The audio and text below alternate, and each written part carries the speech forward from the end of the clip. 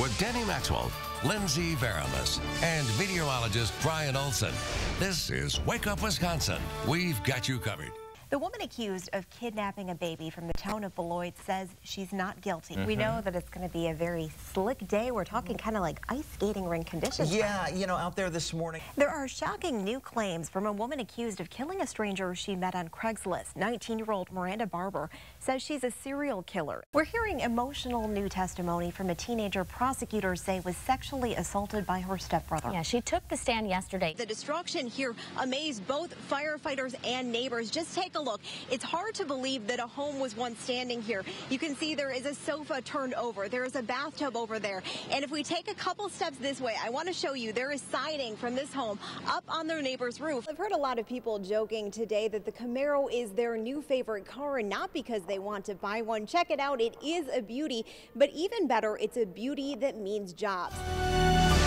Well, a spelling bee in Kansas City ended with no winner. Why? Well, because the two kids that were left were simply too good. Deer are on the run in October and November and can pop out suddenly. If you want to see Brian on a balance beam, tune in tomorrow. That's true. Balance beam was a highlight, wasn't it? It was really, really good, Brian. A Madison man gets the same sentence as his family members in the case of a girl starved and held in a basement for years. Joshua Drayback will serve 5 years in prison. Mike Vega, the man who found the abused girl walking outside last February, has now sent a letter to state lawmakers asking them to impeach Judge Julie Genovese.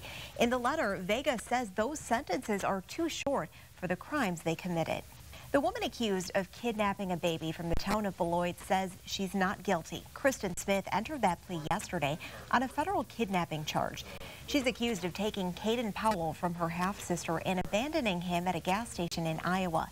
The governor of Arizona has vetoed a controversial bill that would have allowed businesses to refuse service to homosexuals. This had the nation weighing in, but Jan Brewer, the governor, was decisive.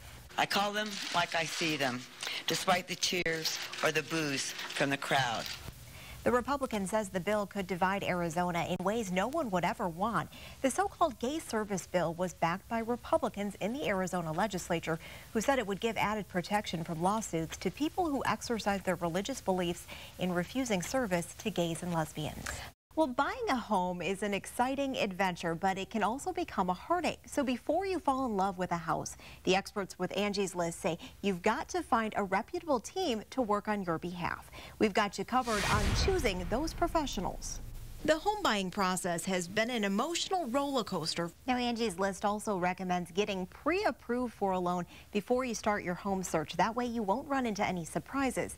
Also, keep in mind there are new rules that could make it more difficult to get pre-qualified.